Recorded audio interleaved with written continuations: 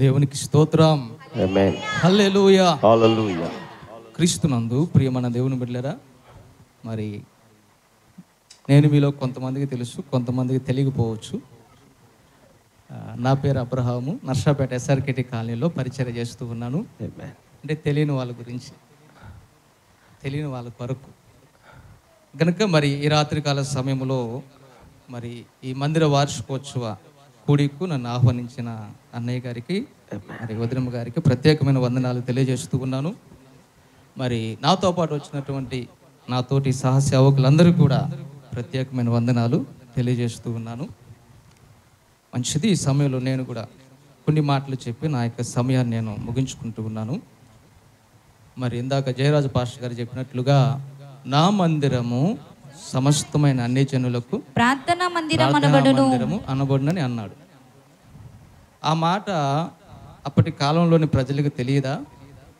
మందిరం ఎందుకు కట్టబడిందో సొలొమోను అంటాడు, మొదటి దినవృత్తాంతాల గ్రంథములో, మేము ఆరాధిస్తున్న దేవుడు ఆకాశ మహాకాశములు పట్టజాలని దేవుడు ఆయనకు ఆలయం కట్టడానికి నేను ఏపాటి వాడును, దోపము వేయుటకే నేను ఆయనకు మందిరాన్ని కడుతున్నానని అన్నాడు. అంటే ప్రార్థన చేయటానికి నేను ఆయనకి మందిరం కడుతున్నానని చెప్పాడు. చెప్పి ఆ మందిర ప్రతిష్ఠ రోజు దాదాపుగా 2 అధ్యాయాలంత ప్రార్థన చేస్తాడు. కనుక దేవాలయము కట్టబడినది ప్రార్థన చేయటానికి. మరి ఆ మాట ప్రభు ఎందుకు అన్నాడంటే, కింద అన్నాడు, అయితే మీరు దాన్ని దొంగల గుహగా చేసితిరి అన్నాడు. కనుక అది కట్టబడిన ఉద్దేశం ఒకటి, అక్కడ జరుగుతున్నది మరి ఒకటి. ఆ మందిరంలో ఉండాల్సింది ప్రార్థించే వాళ్ళు, కానీ దానికి బదులుగా దొంగలు నివాసము ఉంటున్నారు. అందుకని ప్రభువు ఒకసారి జ్ఞాపకం చేస్తూ ఉన్నాడు, ఇది దొంగలు నివాసం ఉండటానికి కట్టబడింది కాదు, ప్రార్థించేవారు ఉండటానికి కట్టబడిన మందిరం. సుంకరు వచ్చి ప్రార్థన చేయగా తండ్రి ఏమన్నాడండి, పరిసేయుడు సుంకరి ప్రార్థన చేయడానికి వెళితే సుంకరి ప్రార్థన యేసయ్య ఆలకించి అతను నీతిమంతుడిగా తీర్చాడు. గనుక మొట్టమొదటిగా మందిరము కట్టబడినది, మనము కట్టుకున్నది, ఇందులో మనం ప్రార్థన చేయటం. అంత మాత్రమే కాదు, ఈ మందిరంలోకి వచ్చి మనం ప్రార్థన చేయటంతో సరిపోదు, కానీ ఇక్కడ దైవ సేవకులు మనకి వాక్యాన్ని ఉపదేశిస్తారు, మరి మనకి ప్రభురాత్రి భోజనాన్ని ఇస్తారు. అంత మాత్రమే కాదు, మన రక్షణ మార్గం నడిపిస్తూ ప్రభు రాకడ కొరకు సిద్ధపరుస్తారు. దీని ద్వారా మనము ఏమి నేర్చుకోవాలి? ప్రతి ఆదివారం, బుధవారం, శుక్రవారం, శనివారం వాక్యం వింటున్నాము, ప్రార్థన చేస్తున్నాము, పాటలు పాడుతున్నాము, కానుకలు అర్పిస్తున్నాము. దీని ద్వారా ఏమి నేర్చుకోవాలని, ఏమి నేర్పించాలని దేవుడు మన ఎడల ఆశిస్తూ ఉన్నాడంటే, ఈ మందిరం కట్టుకున్నామని సంతోషించటం మాత్రమే కాదు, కానీ కట్టబడిన ఈ మందిరములో ఉంటున్న మనము, కట్టబడిన ఈ మందిరంలో దేవుని ఆరాధిస్తున్న మనము దేవునికే ఒకానొక దినాన ఆలయముగా మార్చబడాలని. హల్లెలూయా. కొరింథీయులు రాసిన మొదటి పత్రిక 3వ అధ్యాయంలో అంటాడు పౌలు గారు, మీరు దేవుని ఆలయమై ఉన్నారు, మీరు విలువ పెట్టి కొనబడిన వారు, మీరు మీ సొత్తు కారు, మీ దేహముతో దేవుణ్ణి మహిమపరచు. గనుక మనం ఉండటానికి కట్టుకున్నది ఈ ఆలయము, దేవుడు ఉండటానికి కాదు. అయితే దేవుడు ఈ ఆలయములో ఉండడు. స్తెఫను అంటాడు, హస్తకృత ఆలయములో దేవుడు నివాసము చేయడు, ఆకాశం నా సింహాసనం, భూమి నా పాదపీఠ. కనుక దేవుడు మనలో నివసించాలని కోరుకుంటున్నాడు. గనుక పౌలు అంటాడు, వేయబడిన తప్ప మరి ఒక పునాది ఎవడు వేయనేరడు, ప్రతివాడు దాని మీద ఎలాగో కట్టుచున్నాడో తను తాను పరిశీలన చేసుకోవాలి. వెండి, బంగారము, కొయ్యకాలు, కర్ర, గడ్డితో ఎవడైనా కట్టుకుంటే ఆ దినమున దాన్ని అగ్ని పరీక్షిస్తుంది. అగ్ని పరీక్షలో ఒక పని కాలిపోయినలో వాడికి నష్టం కలుగుతుంది, నిలిచి ఉన్నలో వాడు బహుమానము పొందుకుంటాడు. యేసు ప్రభు కూడా చెప్పాడు, ఈయన మాటలు విని వాడు చొప్పున చేయి ప్రతివాడు బండ మీద ఇల్లు కట్టిన బుద్ధిమంతుని పోలి ఉండును. కనుక మనం వింటున్న వాక్యం ద్వారా మనము దేవునికి ఆలయముగా కట్టబడాలి, దేవునికి నివాస యోగ్యమైన మందిరముగా మనము కట్టబడాలి. అలా కట్టబడితే 2 కార్యాలు జరుగుతాయి.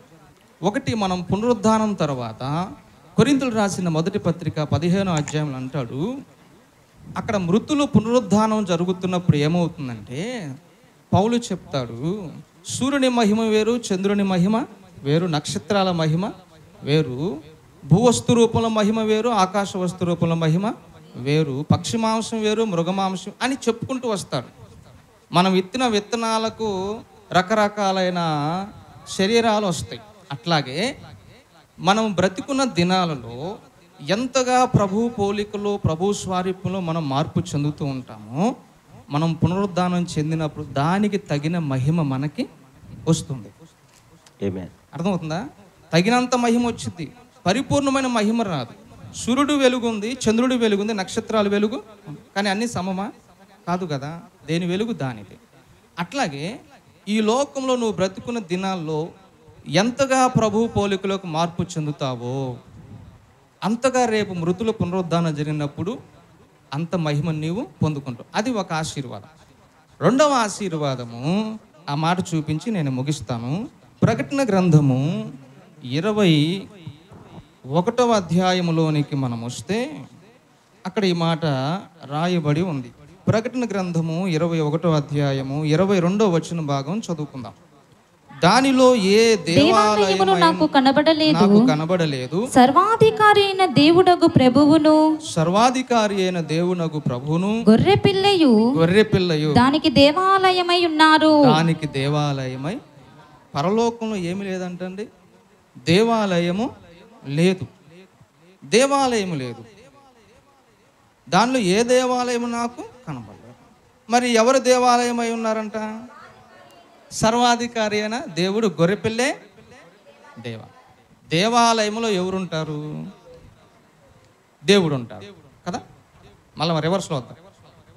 దేవుడు ఉన్న దాన్ని దేవాలయం అని అంటారు. ఇప్పుడు పరలోకంలో దేవాలయం ఉందా? లేదు. ఉందా దేవాలయము? కన్ఫ్యూజ్ కాదు. అక్కడ ఏ దేవాలయము? మరి మళ్ళీ ఏముందట? దేవాలయము. ఎవరు దేవాలయమై ఉన్నారు? దేవుడే దేవాలయమై. దేవుడు ఇప్పుడు భూలోకంలో బ్రతికున్నప్పుడేమో మనము దేవునికి ఆలయము. అప్పుడు దేవుడు ఎక్కడున్నాడు?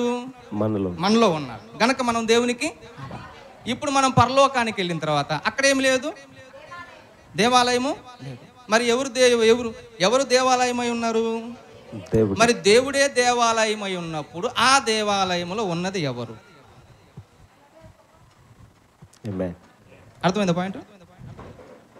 ఇప్పుడు మనం దేవునికి ఏమై ఉన్నాము? మన లోపల ఎవరున్నారు? మరి పరలోకంలో దేవాలయం ఎవరై ఉన్నారు? దేవుడే. మరి ఆ దేవుడే ఉన్న దేవాలయంలో ఉన్న దేవుడు ఎవరు?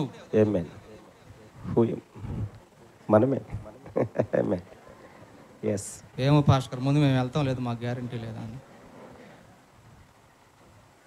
మనమే. హల్లెలూయా. ఎవరు అండి? మనమే.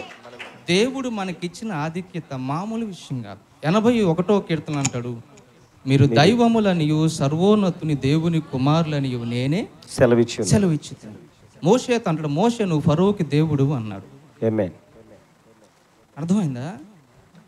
అదే ప్రకటన గ్రంథం 3వ అధ్యాయంలో, జయించు వానిని నా దేవుని ఆలయములో ఒక స్తంభముగా. దేవుని ఆలయంలో స్తంభం. నా దేవుని నామము నా తండ్రి నామమును వాని మీద రాస్తానన్నాడు. దేవుని నామం మనం ఎవరైనా పెట్టుకుంటామా? దేవుని పేరు యేసు ప్రభుని నేను పెట్టుకుంటానా? మీరు పెట్టుకుంటారా? కానీ పరలోకానికి వెళ్ళిన తర్వాత దేవుని నామము, యేసు ప్రభు నామము ఎవరికి ఇస్తాడంట? మనకిస్తాడు. మన మీద ఏం రాస్తాడు? యేసు, యెహోవా. అంటే అప్పుడు నువ్వేమై ఉన్నావు?